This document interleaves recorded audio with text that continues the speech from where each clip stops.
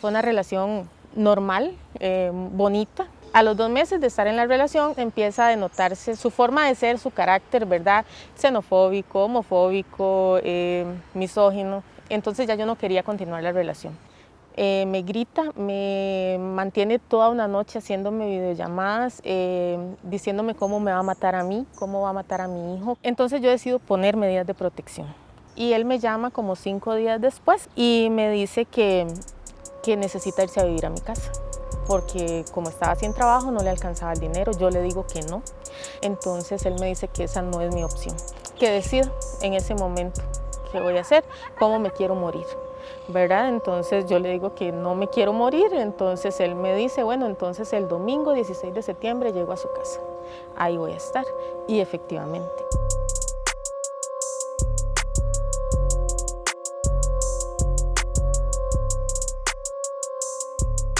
Hubo violencia patrimonial, violencia psicológica todos los días, violencia sexual y violencia física. El 27 de diciembre del 2018 me empieza a golpear como a las 8 de la noche, me rompe la ropa, me tira al suelo, me asfixia, yo me desvanecí.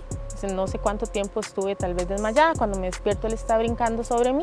Él es un sujeto que mide 1,93 m y en ese entonces pesaba 120 kilos. Una de las vecinas tocó la puerta para ver qué pasaba. Él le grita a la vecina y cuando se devuelve me empieza a golpear nuevamente por haber hecho escándalo, porque los vecinos nos estaban escuchando. Entonces coge un cuchillo y me lo empieza a meter en el estómago. Las mujeres que han sido víctimas de tentativa de femicidio sobrevivieron por razones diversas, pero está claro que la intención de sus agresores era acabar con sus vidas. Entre 2010 y 2018 se interpusieron 619 denuncias por este delito. La cifra supera en casi 12 veces la cantidad de femicidios consumados en el mismo periodo. De acuerdo a nuestra legislación, esta forma de violencia de género se reconoce como tal solo cuando es perpetrada por cónyuges o parejas de hecho, no así cuando los atacantes son novios, exparejas o desconocidos. La policía empieza a golpear la puerta y ya es cuando, digamos, me obliga a decirle a los policías que se fueran. Entonces, en uno de esos momentos, él me suelta porque siempre me sujetaba el cabello y yo me tiro por unas escaleras. Él me jalaba hacia atrás y me decía que no iba a salir viva. Entonces, entre 2 policías me sacan, yo salí corriendo y yo, digamos, solamente salí corriendo y lo que escuchaba era cuando él decía, déjenme porque esa zorra se tiene que morir hoy. Ella se lo merece y la voy a matar. Después sí, los policías se le fueron encima para poderlo sujetar. Cuando hay este tipo de noticias, muchas veces la gente dice, ¿tenía medidas o no tenía medidas, verdad? Ese es como el primer elemento que se busca, incluso nosotras mismas en el Poder Judicial lo buscamos, ¿no? Si tenía medidas y qué pasó y por qué no, y etcétera. Tenemos 132 solicitudes para medidas cautelares, ¿verdad? Por día.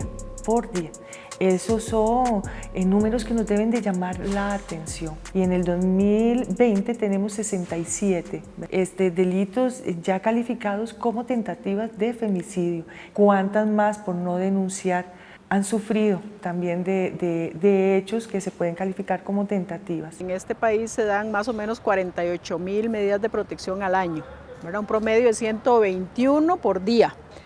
Y entonces si usted compara eso con los datos de tentativas o de femicidios, usted dice es un porcentaje muy bajo, aunque obviamente no por eso es irrelevante, al contrario, ¿verdad? Porque no debería suceder ninguno de ese tipo de delitos, pero eso te habla de que entonces las medidas de protección son efectivas o son suficientes para la mayoría de los agresores, ¿verdad? Porque también hay que tener claro que no todos los agresores son iguales. Para mí las medidas de protección no son suficientes, son un elemento sumamente importante, pero en mi caso particular yo sabía que él, bueno, igual ninguna mujer puede estar segura de lo que sea capaz una pareja, ¿verdad? Entonces ante una amenaza, ¿qué podemos hacer? ¿Verdad? O sea, yo tenía las medidas de protección, él me dice, me voy a ir a vivir a su casa, ya él había hecho la consulta porque él no había sido notificado, entonces él me dice, usted nada más no llama a la policía y todo aquí marcha normal. Otorgadas las medidas, digamos que la protección no está en manos del Poder Judicial. sino de la policía o de otros órganos, ¿verdad?, que puedan acompañar más de cerca a las víctimas. Pero también es cierto que, digamos, un policía no puede andar detrás de la víctima, ¿verdad? La víctima tiene sus documentos y obviamente acude. El INAMU ha hecho grandes esfuerzos también con algún tipo de alarma que las víctimas de alto riesgo porten, ¿verdad? Cuando ven al sujeto que estripen un botón de pánico y eso se conecta con la policía más cercana, etc. Ahora han habido muchos mecanismos para tratar de disminuir el riesgo de muerte de las mujeres que están en mayores riesgos. Hacer efectivas las medidas de protección iba a ser de más riesgo, porque el hacer efectivas las medidas de protección significaba que llegara la policía, lo sacara de la casa y le dijera váyase, nada más. Pero él conocía mi trabajo, conocía mi casa, o sea, conocía el trabajo de mi hijo, que eran sus amenazas constantes, ¿verdad? Entonces, ese era mi temor, ¿verdad? Porque él sí todos los días, o sea, 24/7, existían las amenazas constantes. Entonces hay mucho miedo, no se puede hacer efectivas unas medidas cuando hay tanto miedo de qué puede hacer un sujeto con estas características. 37 de los expedientes que fueron estudiados tenían medidas cautelares, ¿verdad? Y esto significa que la persona pues tenía un fuero de protección. No obstante, el agresor se acerca a la víctima y sigue revictimizándola, sigue ejerciendo acciones de violencia desde diferentes espacios, ámbitos y actores alrededor de la persona.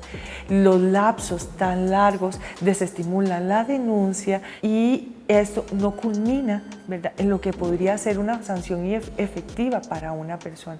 Esto definitivamente afecta al sistema. ¿Por qué? Porque también se llegan a tener acumulados muchísimos procesos, ¿verdad? Entendemos perfectamente la dinámica del acceso a la justicia. Sabemos que son muchísimos casos y causas que atiende el Poder Judicial y no solo es los delitos de tentativa y de femicidio, pero sí sería importante buscar mecanismos que nos agilicen el poder disminuir estos plazos. Bueno, en realidad me parece más bien que son procesos rápidos, ¿verdad? Considerando a lo que pueden ser otro tipo de procesos, por ejemplo delitos sexuales, que pueden durar hasta 7 años, pero que obviamente también los tiempos siempre serán mejorables. Un aspecto que a veces pasa también, me parece, es que se le delega la responsabilidad a la persona que sufre la violencia. ¿Por qué usted quitó la denuncia? ¿Por qué viene a ponerla otra vez? Y usted viene y la quita y la pone, la quita y la pone. No lo vemos esto como que es parte de un círculo de violencia que sufre aquella persona.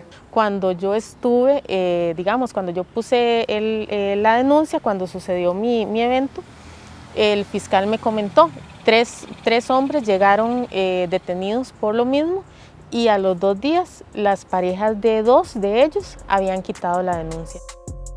Una persona que me contactó a mí, me contactó por redes sociales, me dijo que por favor quitara la denuncia, me insistía que él ya estaba muy cambiado, que había sufrido mucho, que le habían hecho cosas muy feas en la cárcel, que yo tenía que ser sensible porque si yo, en nombre del amor que yo le tenía, entonces que por favor quitara las medidas.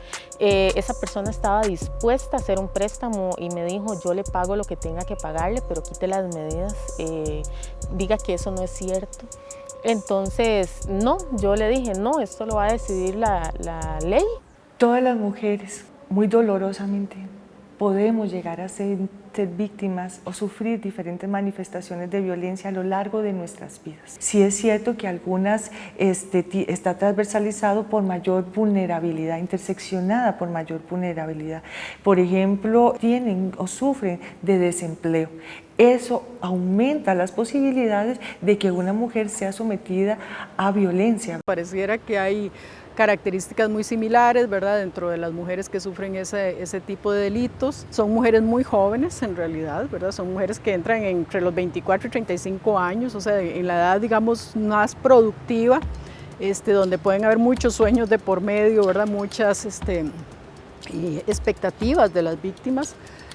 Todas o muchas de ellas, la gran mayoría tenían hijos o hijas en común con el agresor. Muy pocas contaban con medidas de protección cuando sucedieron los hechos. Entonces había un gran grupo de mujeres que nunca habían denunciado la violencia. ¿Por qué las mujeres no denuncian? Porque creen que esos actos no se van a volver a repetir, el sentir vergüenza de que lo permití, de que muchas cosas fueron hechas tal vez por mi culpa. El que muchas veces no le damos la importancia debida a la violencia verbal, a la violencia psicológica, a la violencia física, a la violencia patrimonial. Porque hay mucho miedo.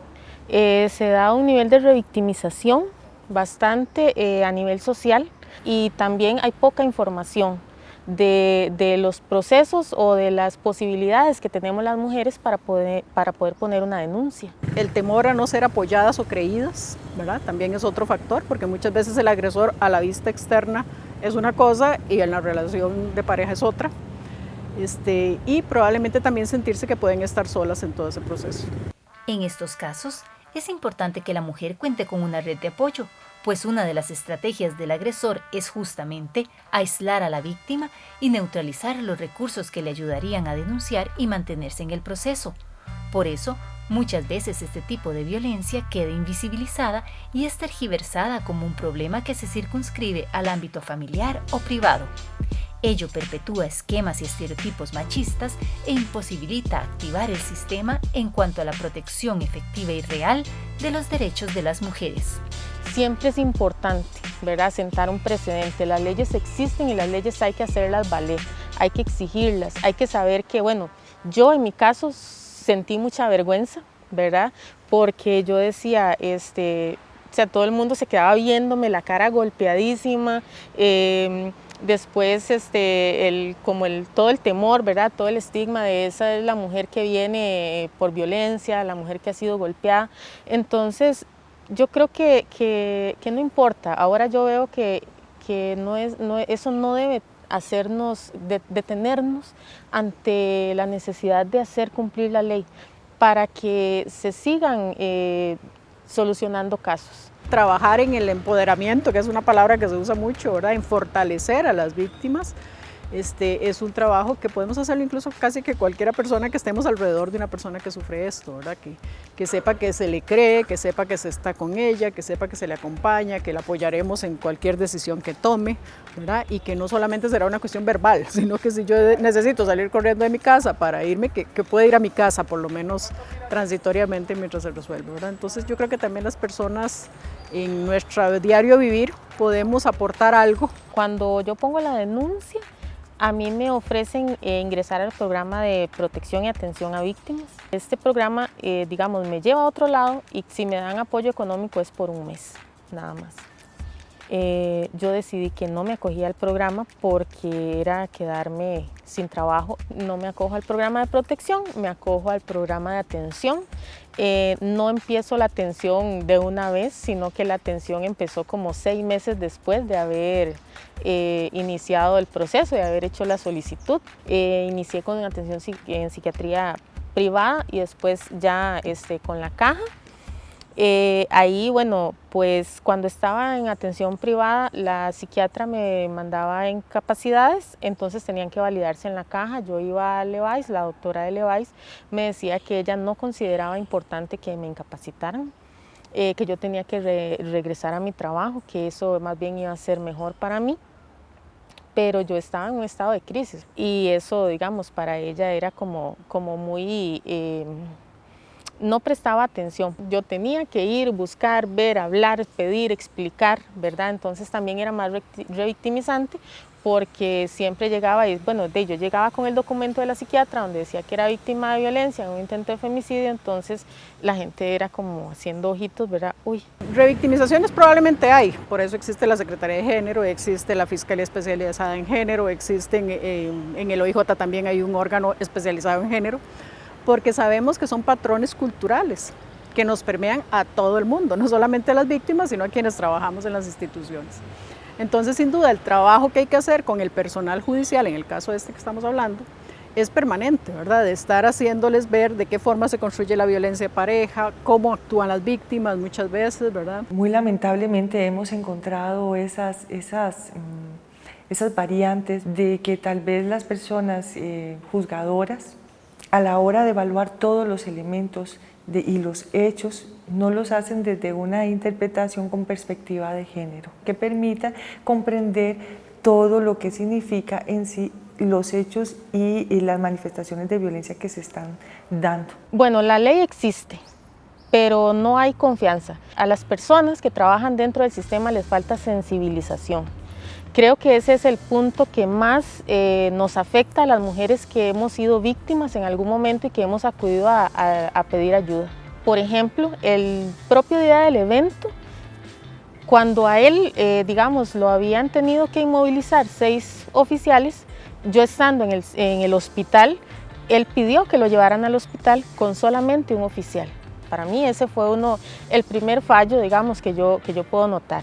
Y ya a nivel, digamos, de Ministerio Público, sí, creo que sí hay muchísimas fallas. En mi proceso nunca hablé con la persona fiscal propiamente que iba a llevar mi caso. Siempre que me atendió fue el asistente de la fiscal o el asistente del fiscal, pero el fiscal propiamente, quien me iba a defender ante el juez o quien iba a poner indicar los puntos ante el juez, nunca habló conmigo directamente. Durante todo el proceso aproximadamente se cambió de fiscal 4 veces. Entonces para mí esa es una falla muy grande. Además que, por ejemplo, uno de los fiscales consideró que no era necesario aportar fotografías como prueba. También cuando yo puse la denuncia, se hablaba en el primer momento, antes de tener una abogada querellante, el Ministerio Público nada más tenía la denuncia como violencia doméstica, no por intento de femicidio. Entonces, si él aceptaba la culpa, la pena por violencia doméstica son mínimo 4 años. El mayor problema que tenemos es que no existe la representación legal gratuita para las víctimas en ningún proceso, ¿verdad? Este no sería la excepción. Y si bien la Oficina de Atención y Protección acompaña con área legal, no son representantes de las víctimas, ¿verdad? Entonces eso siempre es una falencia que no es responsabilidad del Poder Judicial, pero sí es responsabilidad del Estado. En ese momento estaba las defensorías sociales, que era un convenio que había entre el Colegio de Abogados, el Ministerio Público y el INAMO. Entonces yo tuve la bendición, la dicha de contar con una abogada querellante, que al ella entrar en escena, en mi caso, fue donde cambió todo. Ella dice, no, o sea, aquí no hay solamente violencia doméstica, ¿verdad? Hay muchos más delitos, porque ellos nada más se centraron como en el suceso, en el evento. En cambio, cuando nosotras planteamos la denuncia y la solicitud de apertura a juicio, hablamos de toda la violencia que yo había vivido durante la relación con él.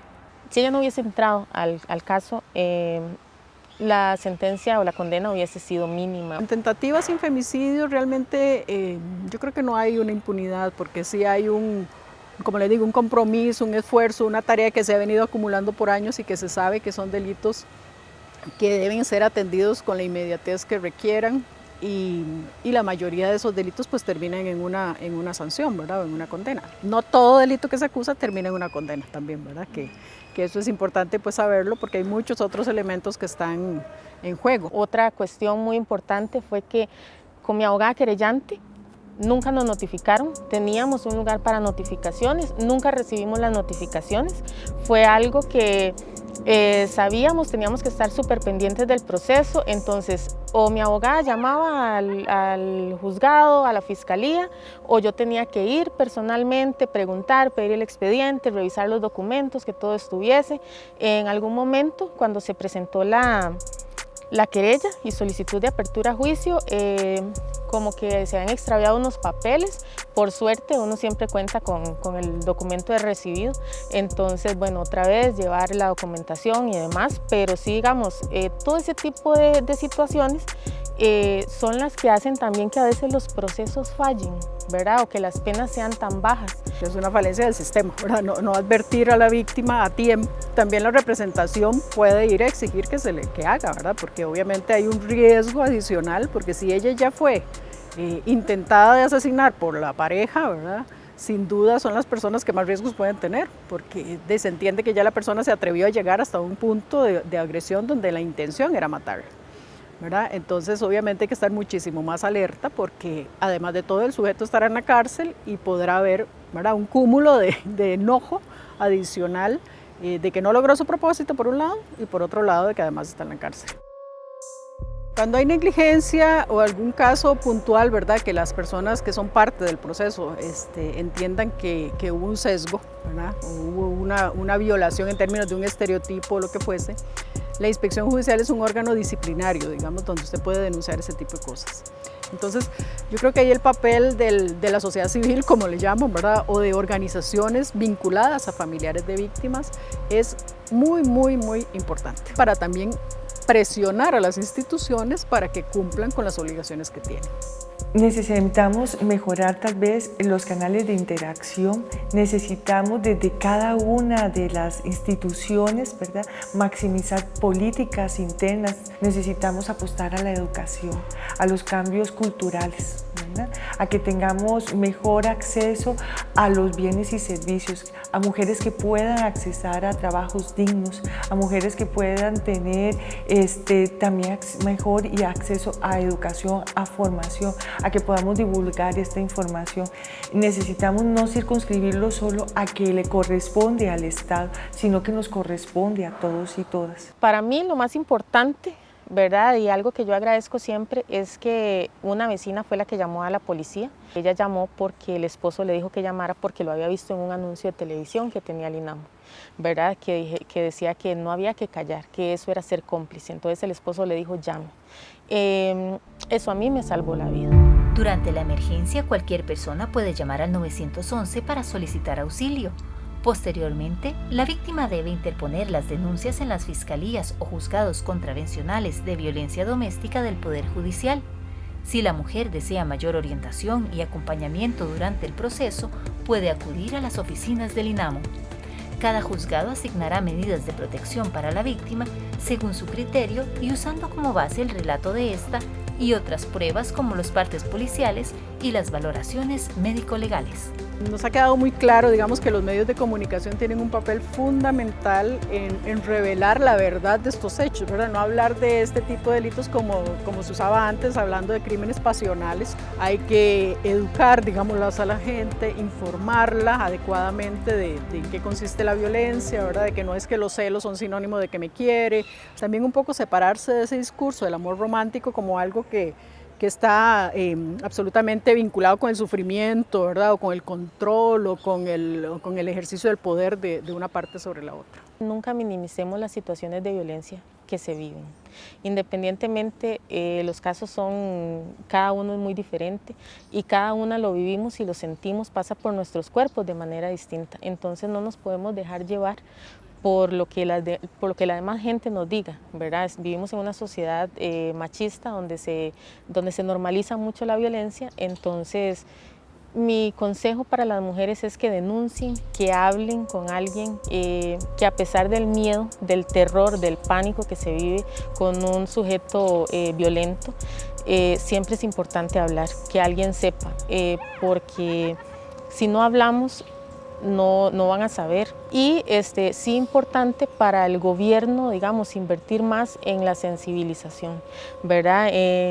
La sensibilización es básica, porque a veces una mirada, a veces un gesto, a veces una palabra puede hacer que una mujer se devuelva y diga ya no quiero más, ¿verdad? O sea, el sentirse revictimizada, el sentirse que por qué aguantó, el sentirse que tal vez fue su culpa, porque no accedió a los deseos de la pareja, esto hace que una decida no quitar la denuncia. Entonces es importante que las mujeres sepamos que tenemos derechos y que podemos accesar a ellos.